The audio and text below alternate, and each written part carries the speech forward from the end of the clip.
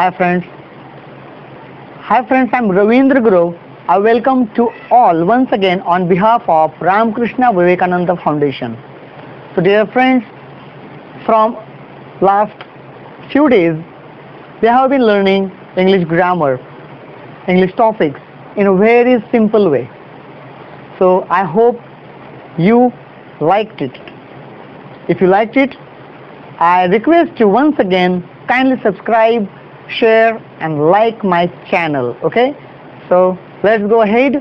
So dear students, today we are also going to see a very important and very attractive, very easy topic, and that is kinds of sentence. Yes, kinds of sentence. मित्रांनो, मी रवींद्र गुरव आपलं या Ramakrishna Vivekananda foundation मध्ये जे विविध उपक्रम चालवले जातात यांच्या एक उपक्रम म्हणजे फ्री लाईव्ह इंग्लिश क्लास मध्ये पुन्हा एकदा आपलं स्वागत करतो. अनेक दिवसांपासून आपण वेगवेगळे टॉपिक्स आपण बघितलेले आहेत आणि आज सुद्धा आपण अतिशय महत्त्वाचा आणि अतिशय सोपा असा एक टॉपिक आपण बघणार आहोत. मित्रांनो, आपल्याला माहिती आहे, if you want to build a building, then you have to make foundation, and the foundation should be strong. In the same way, if you have to make a building of your English, then you have to make your foundation, or you can basic knowledge, it should be strong. And that is why I am discussing on the basic topics. Before starting advanced grammar, we are studying basic concepts about grammar. And which are they? First we have learned alphabets, after that helping verbs, the types of helping verbs, then we have seen sentence. Among them we have seen questions, yes or no question, then double H question, then recently we have seen add a question tag. Apart that, today we are going to see a very important and very easy topic, kinds of sentence. Kinds of sentence हा अतिशय सोपा topic आहे, परंतु तेवढाच महत्त्वाचा topic आहे. कारण grammar मध्ये जेव्हा तुम्ही वेगळे प्रकार बघणार, वेगळे वाक्य बघणार, तेव्हा तुम्हाला हे करणं आवश्यक आहे की हे पर्टिक्युलर एखादं विशिष्ट वाक्य कोणत्या प्रकारचे वाक्य आहे. What kind of sentence is it? If you know that, you can make or you can transfer the sentence easily. तर तुम्ही त्यावर चांगल्या प्रकारे ग्रामरची प्रक्रिया करू शकणार. ओके, तर मित्रांनो, काइंड्स ऑफ सेंटेन्स अतिशय महत्त्वाचा टॉपिक आहे. आपले जे काही जुने विद्यार्थी असतील त्यांचा हा टॉपिक ऑलरेडी झालेलाच असेल, तरी सुद्धा आपण अगदी काळजीपूर्वक बघायचे आहे. आणि कारण का की प्रत्येक वेळी आपल्याला नक्कीच काहीतरी नवीन अशा गोष्टी शिकायला मिळतात आणि याच आपल्याला अतिशय उपयुक्त ठरतात, फायदेशीर ठरतात. ओके, तर मित्रांनो, आज आपण बघणार आहोत kinds of sentence. Kinds of sentence. Kinds of sentence. Yes, it is a very easy topic. Before that, let me clear what is sentence. पण सर्वात आधी एक गोष्ट मी या ठिकाणी आपल्याशी शेअर करू इच्छितो की सेंटेन्स म्हणजे काय. What is the definition of the sentence. Definition आपण म्हणू शकतो अ meaningful group of words is called sentence. Yeah, we can say that. A meaningful group of words. वाक्य म्हणजे काय मित्रांनो, तर अर्थपूर्ण शब्दांचा समूह, यालाच आपण म्हणतो वाक्य. एक शब्द मी अतिशय महत्त्वाचा वापरलेला आहे, अर्थपूर्ण शब्दांचा समूह. The meaningful group of words is called sentence. आता या सेंटेन्स मध्ये आपण बघू शकतो, for example, Ram plays chess. I have written one sentence here, and in this sentence I have written 3 words, 1, 2 and 3. Ram plays chess. Ram plays chess असं 3 शब्द मी या ठिकाणी वापरलेले आहेत आणि या 3 शब्दांपासून एक वाक्य तयार झालेलं आहे. Ram plays chess. This is a sentence, one sentence, and a sentence contains 3 words. Okay, so which are the 3 words? Ram, second one plays, and third one is chess. Okay, so suppose if I write this sentence like this: chess, Ram plays. So the same words I have written here, this same, तेच शब्द मी या ठिकाणी वापरलेले आहेत, but I have changed its order. मी त्यांची काय बदललेली आहे? क्रम बदललेला आहे. सुरुवातीला चेस, राम प्लेज, किंवा plays, Ram, chess. So A, B and C. So there are 3 groups of words. Same words: Ram, Ram, Ram, plays, plays, plays, chess, chess, chess. Same words, but the order is changed. तिघ वाक्यांमध्ये सारखेच शब्द वापरलेले आहेत, परंतु या A, B आणि C या तिघ वाक्यांमध्ये करेक्ट, परफेक्ट, अचूक, बरोबर असं वाक्य कोणतं? A, B, C यांच्यापैकी योग्य असं वाक्य कोणतं? Just write in the chat box. Yes, correct, A. Very good. A is correct.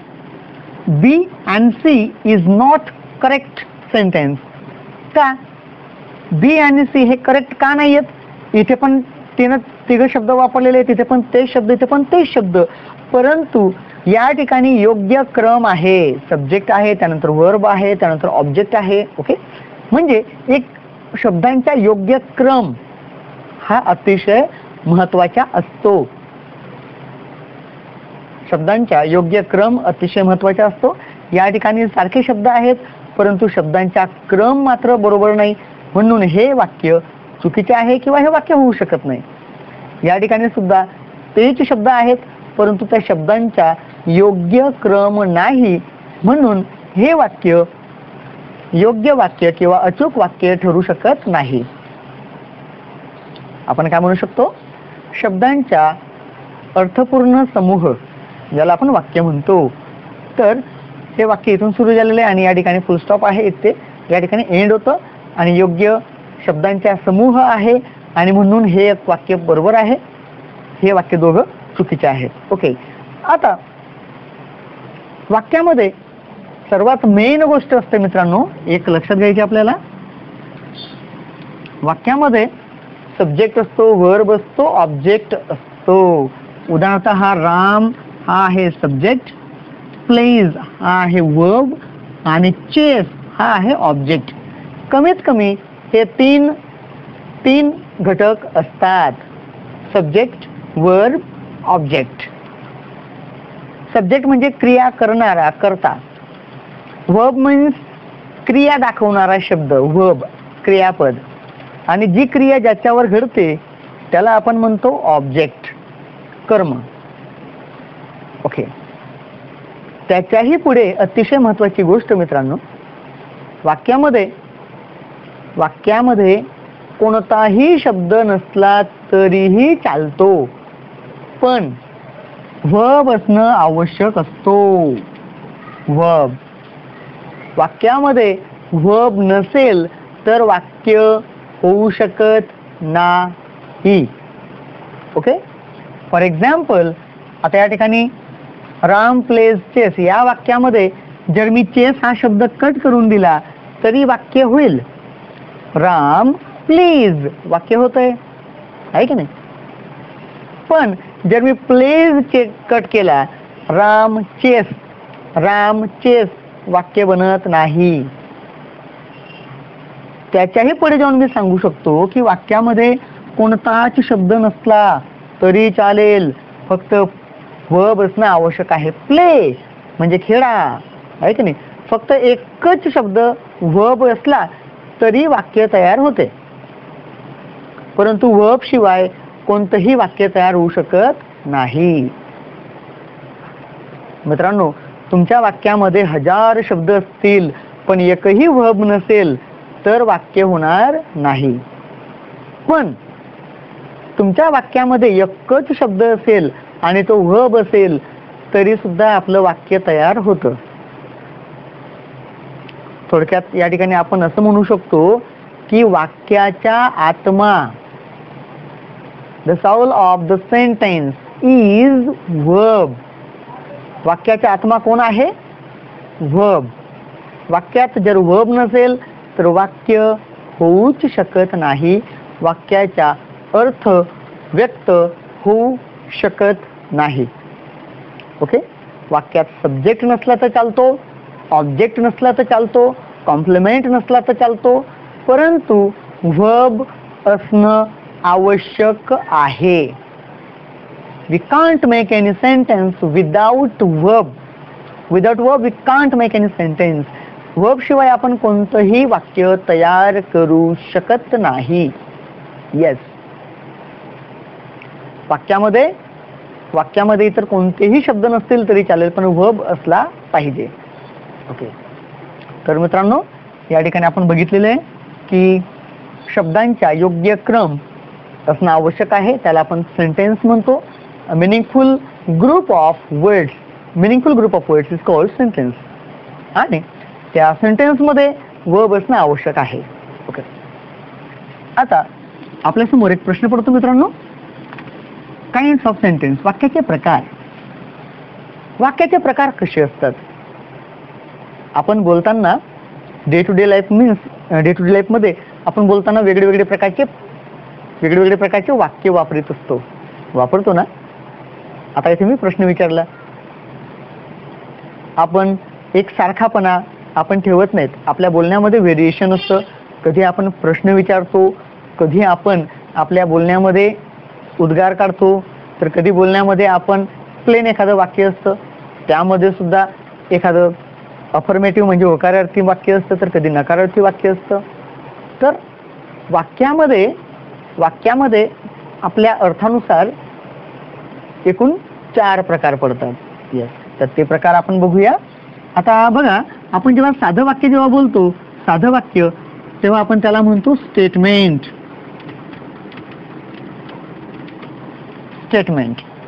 या स्टेटमेंट म्हणजे साधं वाक्य. आपण जे काय साधं वाक्य बोलतो ना त्याला स्टेटमेंट म्हणतो. आणि या स्टेटमेंटला म्हणजे पहिला प्रकार आहे आपला असर्टिव्ह सेंटेन्स. असर्टिव्ह सेंटेन्स मध्ये काय असतं? मित्रांनो, असर्टिव्ह सेंटेन्स मध्ये असतो स्टेटमेंट.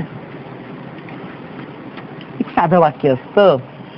उदाहरणार्थ, राम मुलगा आहे, Ram is boy, Ram is not boy, she is a clever girl, my mother is very kind, my father is very hard working, I like to teach English, I like my students, I love my students.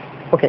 तर ही जी वाक्य आहेत ना, ही वाक्य साधी आहेत, simple आहेत, statement आहेत. ओके. काही वाक्य जी अशी असतात त्यांना आपण म्हणतो क्वेश्चन. काही वाक्यांमध्ये आपण प्रश्न विचारत असतो, मग त्या प्रश्न विचारणाऱ्या वाक्यांना आपण म्हणतो इंटरोगेटिव्ह सेंटेन्स. Really simple. ज्या प्रश्नामध्ये आपण क्वेश्चन विचारतो किंवा ज्या वाक्यात आपण प्रश्न विचारलेला असतो, प्रश्न विचारणाऱ्या वाक्याला इंट्रोगेटिव्ह सेंटेन्स म्हणतात. येस. आता मित्रांनो, आपण असं म्हणू शकतो, लाईक करा, शेअर करा, कमेंट बॉक्स मध्ये आपलं नाव लिहा. ओके. ही होती imperative sentence. Means write down your name in chat box. Imperative sentence. Share the video link to your friends. Imperative sentence.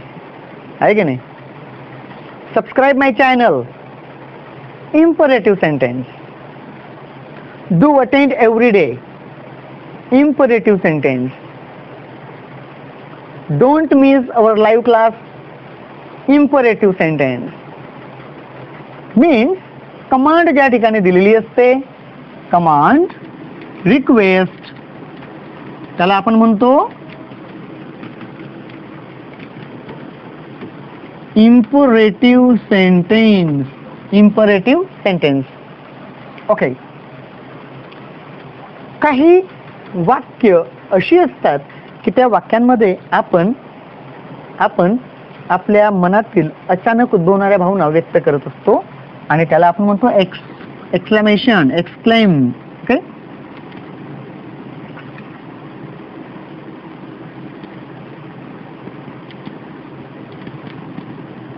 Exclamation, त्याला आपण म्हणतो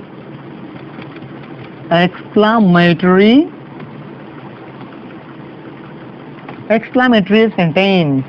सिंपल आहे मित्रांनो. आपल्याला या ठिकाणी काय बघा लक्षात येते की there are 4 kinds of sentences. There are 4.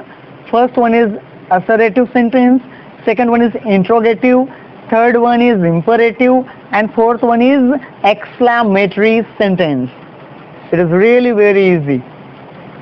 Assertive साधं वाक्य, interrogative question sentence means प्रश्न विचारलेला असतो, imperative command, request, आज्ञार्थी वाक्य, आणि exclamatory म्हणजे त्याच्यात असतो उद्गारवाचक वाक्य. Yeah. So these are 4 types of sentences or kinds of sentences. Let us see details about these types of or kinds of sentences.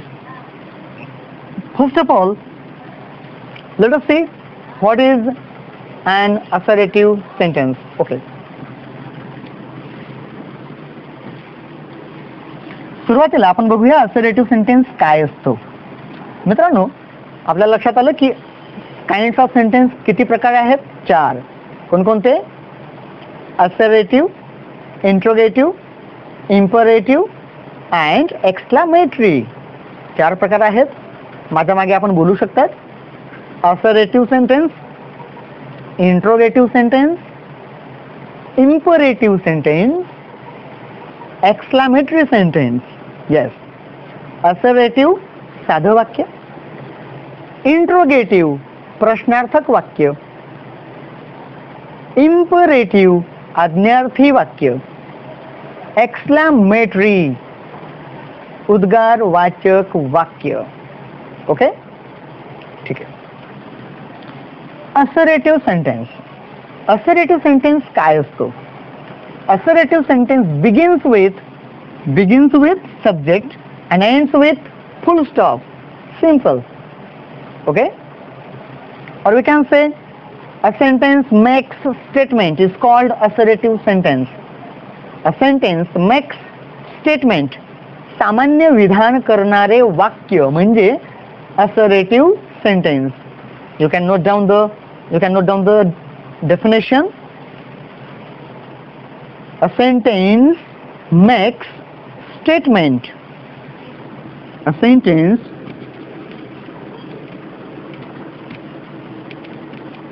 makes statement is called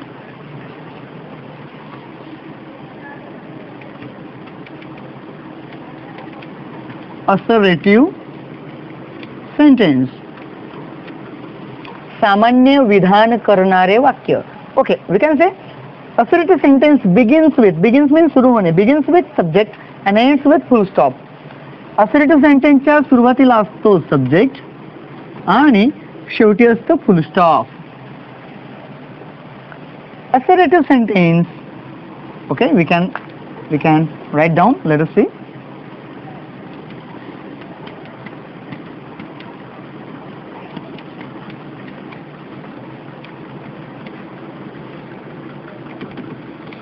Begins with subject and ends with full stop. वाक्याच्या सुरुवातीला subject असतो आणि वाक्याच्या शेवटी फुल stop असतो. For example, I love my mother. वाक्याच्या सुरुवातीला आहे सब्जेक्ट आणि शेवटी आहे फुल स्टॉप. अशी जी काही वाक्य असतात या वाक्यांना आपण म्हणतो साधी वाक्य, assertive sentence. Okay. Assertive sentence may be affirmative or negative. Affirmative sentence, affirmative sentence किंवा निगेटिव्ह सेंटेन्स अशा दोन्ही प्रकारे असर्टिव्ह सेंटेन्स असू शकतात. फॉर एक्झाम्पल, आता हे जर वाक्य आपण बघितलं, आय लव माय मदर, हे वाक्य आहे अफर्मेटिव्ह. आपण असे म्हणू शकतो, I do not love fake friends. I do not love fake friends. त्या ठिकाणी नॉट वापरलेला आहे, मीन्स हे निगेटिव्ह वाक्य आहे. It is negative sentence. So dear friends, what I'm trying to tell you, assertive sentence may be affirmative or it may be negative. Assertive sentence हे होकारार्थी पण असू शकते किंवा नकारार्थी सुद्धा असू शकते. त्याचबरोबर assertive sentence च्या सुरुवातीला सब्जेक्ट असतो आणि शेवटी असतो फुल स्टॉप. या पद्धतीने आपण असर्टिव्ह सेंटेन्सची ओळख करू शकतो. असर्टिव्ह सेंटेन्स मध्ये वाक्याच्या सुरुवातीला सब्जेक्ट असतो, शेवटी फुल स्टॉप असतो. ते होकारार्थी पण असू शकतं, नकारार्थी सुद्धा असू शकतं. Is that clear? Do you understand it? Are you getting the point? If yes, kindly type yes in the chat box. If you understand, type yes in the chat box. जर तुम्हाला हे समजत असेल तर कृपया टाइप करायचे. Very good, very good, very nice. God bless you all. Okay, let us go ahead. Let us go ahead.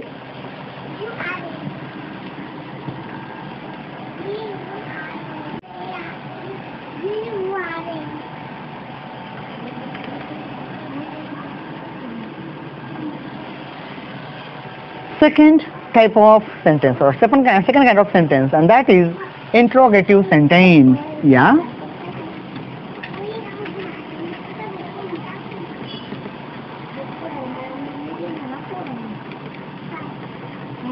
Interrogative sentence. Interrogative sentence काय असतं मित्रांनो? Interrogative sentence असतं प्रश्नार्थक वाक्य.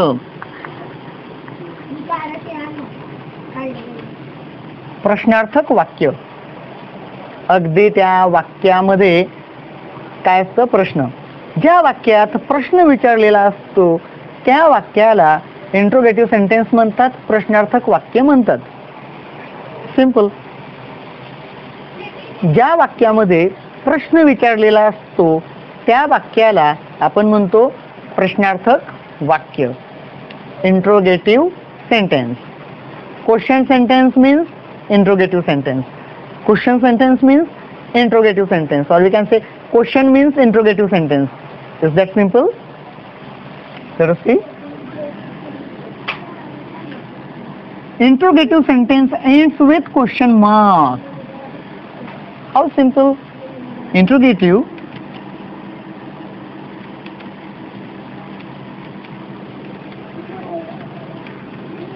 ends with question mark. ज्या वाक्याच्या शेवटी क्वेश्चन मार्क असतो त्या वाक्याला आपण म्हणतो, क्वेश्चन मार्क असला पाहिजे. क्वेश्चन मार्क असेल तर definitely the sentence is interrogative sentence. How simple. वाक्याच्या शेवटी क्वेश्चन मार्क असला पाहिजे त्याला आपण म्हणतो इंट्रोगेटिव्ह सेंटेन्स. अगदी काल परवा आपण बघितलेलं आहे 2-3 दिवसापासून की इंट्रोगेटिव्ह सेंटेन्सचे 2 प्रकार पडतात. यस, इंट्रोगेटिव्ह सेंटेन्सचे किती प्रकार पडतात? 2. And the 2 parts of the interrogative sentence are yes or no question, or we can say verbal question. And the second one is WH question. Interrogative क्वेश्चनचे किंवा इंट्रोगेटिव्ह सेंटेन्सच्या दोन भाग असतात किंवा दोन प्रकार आहेत. पहिला प्रकार आहे येस ऑर नो क्वेश्चन किंवा WH क्वेश्चन, आणि इंट्रोगेटिव्हचा दुसरा एक पार्ट आहे, दुसरा भाग आहे, प्रकार आहे, त्याला आपण म्हणतो WH क्वेश्चन. यावर आपण ऑलरेडी चर्चा केलेली आहे. या सगळ्या गोष्टी आपल्याला माहिती आहेत, पण तरी सुद्धा आपण अगदी शॉर्टमध्ये ते बघूया. काय असतं बघा, ज्या वाक्याच्या किंवा ज्या प्रश्नाचे उत्तर फक्त यस किंवा नो अशी येतात त्यांना आपण म्हणतो yes or no question, verbal question. Verbal question कसा बनवायचा किंवा कसा ओळखायचा? सिंपल. वाक्याच्या सुरुवातीला हेल्पिंग वर्ब असेल आणि शेवटी क्वेश्चन मार्क असेल तर तो असतो येस ऑर नो क्वेश्चन. काय असतं बघा, वाक्याच्या सुरुवातीला असतो हेल्पिंग वर्ब आणि शेवटी असतो फुल स्टॉप. अशा प्रश्नाला आपण म्हणतो verbal question, yes or no question. आणि अशा प्रश्नांची उत्तरं नेहमी येतात यस किंवा नो. सुरुवातीला HP म्हणजे हेल्पिंग वर्ब आहे. Am is are, was were, shall should, will would, can could, may might, must, ought to, need to, dare to, used to वगैरे वगैरे. आणि वाक्य शेवटी फुल क्वेश्चन मार्क, याचे उत्तर येस किंवा नो. ओके. WH क्वेश्चन काय असतात? WH क्वेश्चन सुरुवातीला WH असतो आणि शेवटी असतो फुल स्टॉप. याला म्हणतात WH क्वेश्चन. त्याला म्हणतो आपण वर्बल क्वेश्चन, त्याला म्हणतो WH interrogative sentence, WH interrogative question. Okay. Interrogative sentence WH interrogative sentence, WH question. वाक्याच्या सुरुवातीला WH आहे आणि dot dot dot dot dot शेवटी आहे क्वेश्चन मार्क. अशा प्रश्नाला आपण म्हणतो WH क्वेश्चन. WH क्वेश्चनची उत्तरं आपल्याला सविस्तर द्यावी लागतात. फक्त येस किंवा नो असं बोलून आपल्याला चालत नाही, तर आपल्याला सविस्तर असं वर्णन त्या ठिकाणी करावं लागतं. WH क्वेश्चनचं आपल्याला सविस्तर वर्णन करावं लागतं. फक्त येस किंवा नो असं बोलून आपल्याला चालत नाही. Okay. Yes or no question and WH question, interrogative सेंटेन्सच्या प्रकार. Do you understand the second kind of sentence? Do you understand? If you understand, let us go ahead. जे तुम्हाला समजलं असेल तर आपण पुढे जाऊया. If you understand, just type yes in the chat box. Okay. Yes, very good, very good, very good, really very good. God bless you all. Yes.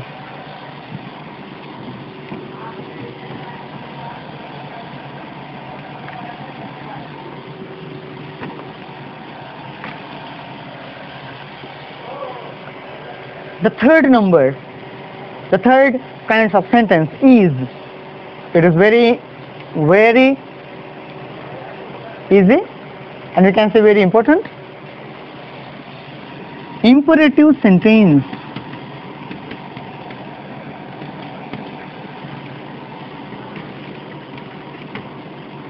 Imperative means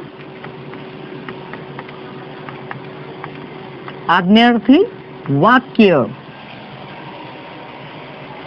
imperative sentence म्हणजे काय?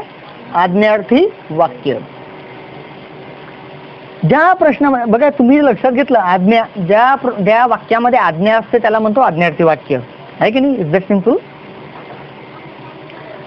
इम्परेटिव्ह सेंटेन्स मध्ये command असते, command. Request सुद्धा असते. Command असते, request असते, advice असते. Okay. Suggestion असतं, आता तुम्ही विचार करणार की इम्परेटिव्ह सेंटेन्स कसं ओळखायचं. अगदी सिंपल आहे. मी तर म्हणतो सगळ्या प्रश्नांपेक्षा सगळ्या वाक्यांमध्ये आज्ञार्थी अतिशय सोपा असा एक प्रकार आहे. येस, एका शब्दामध्ये आपण वाक्य तयार करू शकतो. ये, कम, कम आज्ञार्थी वाक्य. ये, गो, जा आज्ञार्थी वाक्य. सिट, बस आज्ञार्थी वाक्य. हँड्स अप आज्ञार्थी वाक्य. सिट डाउन आज्ञार्थी वाक्य. कम इन आज्ञार्थी वाक्य. राइट डाउन आज्ञार्थी वाक्य. Please share my channel's link आज्ञार्थी वाक्य. लाईक माय व्हिडिओ आज्ञार्थी वाक्य. म्हणजे या वाक्यांमध्ये आपण बघू शकतो की डायरेक्ट वाक्याच्या सुरुवातीला वर्ब आलेला असतो. वाक्याच्या सुरुवातीला काय आलेला असतो? Verb, first form. वाक्याच्या सुरुवातीला असतो verb first form. For example, go means जा, किंवा आपण पुढे म्हणू शकतो गो अवे, आहे की नाही, किंवा कम, ए आपण म्हणू शकतो come in. Okay. Stop, stop means थांब किंवा थांबा, किंवा stop the car, stop speaking, stop writing. Okay. Try, प्रयत्न कर. ही जी वाक्य आहे त्याला आपण म्हणतो, काय म्हणतो? Imperative sentence. येस. आता या इम्परेटिव्ह सेंटेन्स मध्ये आपण बघतो की आपल्याला जे काही सूचना दिल्या जातात, आपल्याला जे काही आज्ञा दिली जाते, रिक्वेस्ट केली जाते, सजेशन दिलं जातं, अशा प्रकारच्या वाक्यांना आपण म्हणतो इम्परेटिव्ह सेंटेन्स. इम्परेटिव्ह सेंटेन्स जर होकारार्थी असेल, होकारार्थी म्हणजे काय? अफर्मेटिव्ह असेल तर त्या ठिकाणी सिम्पली काय असतो? V1 असतो. V1. For example, read the book. Read the book. आता या वाक्यामध्ये बघा, वाक्याच्या सुरुवातीला रीड हा V1 आहे की नाही? Stop the car. या वाक्यामध्ये स्टॉप हा V1 आहे. डायरेक्ट वाक्याच्या सुरुवातीला V1 वापरला, इम्परेटिव्ह सेंटेन्स तयार. Write it. राईट इट वाक्याच्या सुरुवातीला आहे राईट, काय झाला? Imperative sentence. जर समजा होकारार्थी आहे, नकारार्थी वाक्य असेल, नकारार्थी वाक्यामध्ये काय असतो? वाक्याच्या सुरुवातीला डोंट असतो. सिंपल. रीड द बुक होकारार्थी, don't read the book negative नकारार्थी. स्टॉप द कार होकारार्थी, don't stop the car this is negative नकारार्थी. राइट इट होकारार्थी, डोंट राइट इट निगेटिव्ह नकारार्थी. तुमच्या लक्षात आलं असेल, इम्परेटिव्ह सेंटेन्स अफर्मेटिव्ह पण असतं आणि निगेटिव्ह पण असतं. अफर्मेटिव्ह म्हणजे होकारार्थी असेल तर वाक्याच्या सुरुवातीला डायरेक्ट V1 वापरतो, म्हणजे क्रियापदाचे पहिले रूप वापरतो. वाक्य जर नकारार्थी असेल तर वाक्याच्या सुरुवातीला डोंट वापरतात. ओके. लिसन केअरफुली, लक्षपूर्वक ऐका. Imperative sentence. Don't listen carefully, काळजीपूर्वक ऐकू नका. Imperative sentence. Watch my videos again and again, माझे व्हिडिओ पुन्हा पुन्हा बघा. Don't watch my video again and again, माझे व्हिडिओ पुन्हा पुन्हा बघू नका. ओके. डू युअर होमवर्क, तुमच्या होमवर्क करा. डोंट डू युअर होमवर्क, तुमच्या होमवर्क करू नका. रिस्पेक्ट युअर पॅरेंट्स, तुमच्या आई वडिलांचा आदर करा. Don't respect your parents. Okay. No, yes, we should respect our parents. Okay. Respect your teachers, don't respect bad people, असं म्हणू शकतो की नाही आपण. यस. तर मित्रांनो, लव्ह युअर कंट्री. तर या ठिकाणी आपल्या लक्षात येतंय की वाक्याच्या सुरुवातीला V1 असेल, क्रियापदाचे पहिलं रूप असेल, तर आपण त्याला म्हणतो इम्परेटिव्ह सेंटेन्समध्ये अफर्मेटिव्ह. इम्परेटिव्ह सेंटेन्समध्ये निगेटिव्ह असेल तर त्याला वाक्याच्या सुरुवातीला डोंट वापरलेला असतो. तर इम्परेटिव्ह सेंटेन्स कसा असतो, काय असतो तुमच्या लक्षात आला असेल. So do you understand what does it mean by imperative sentence. Imperative sentence म्हणजे काय तुमच्या लक्षात आलं असेल. ओके, चला आपण पुढच्या टॉपिक बघूया. बरं, पुढच्या वाक्याचा प्रकार तो कोणता बरं, कोण सांगेल आपल्यापैकी? Who can tell me the next topic, the next and the fourth, the last?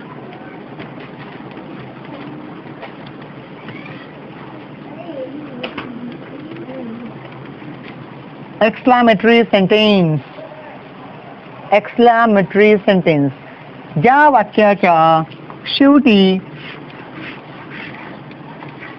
उद्गारवाचक चिन्ह असतं, म्हणजेच एक्सक्लामेशन मार्क असतो, त्याला आपण म्हणू शकतो एक्सक्लामेटरी सेंटेन्स. एक्सक्लामेटरी सेंटेन्स मध्ये काय असतं?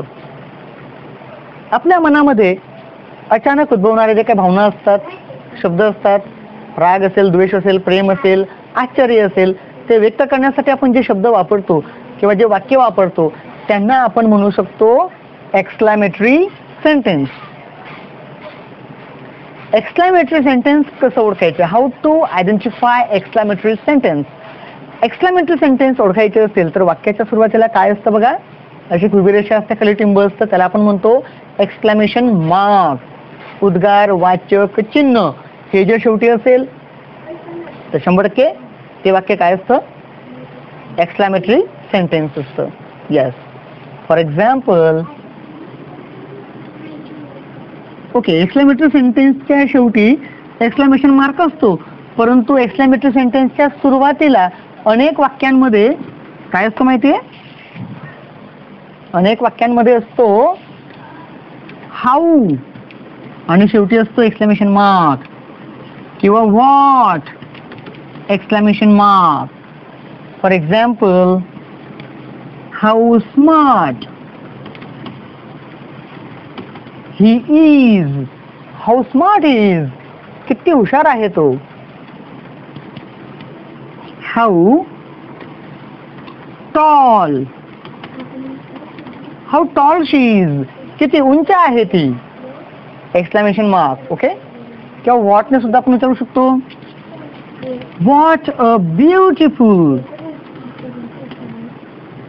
रोज it is. What a beautiful rose it is. हे वाक्य सुद्धा काय आहे? Exclamatory sentence. अनेक वाक्यांमध्ये अगदी एका शब्दामध्ये सुद्धा व्यक्त होतो. For example,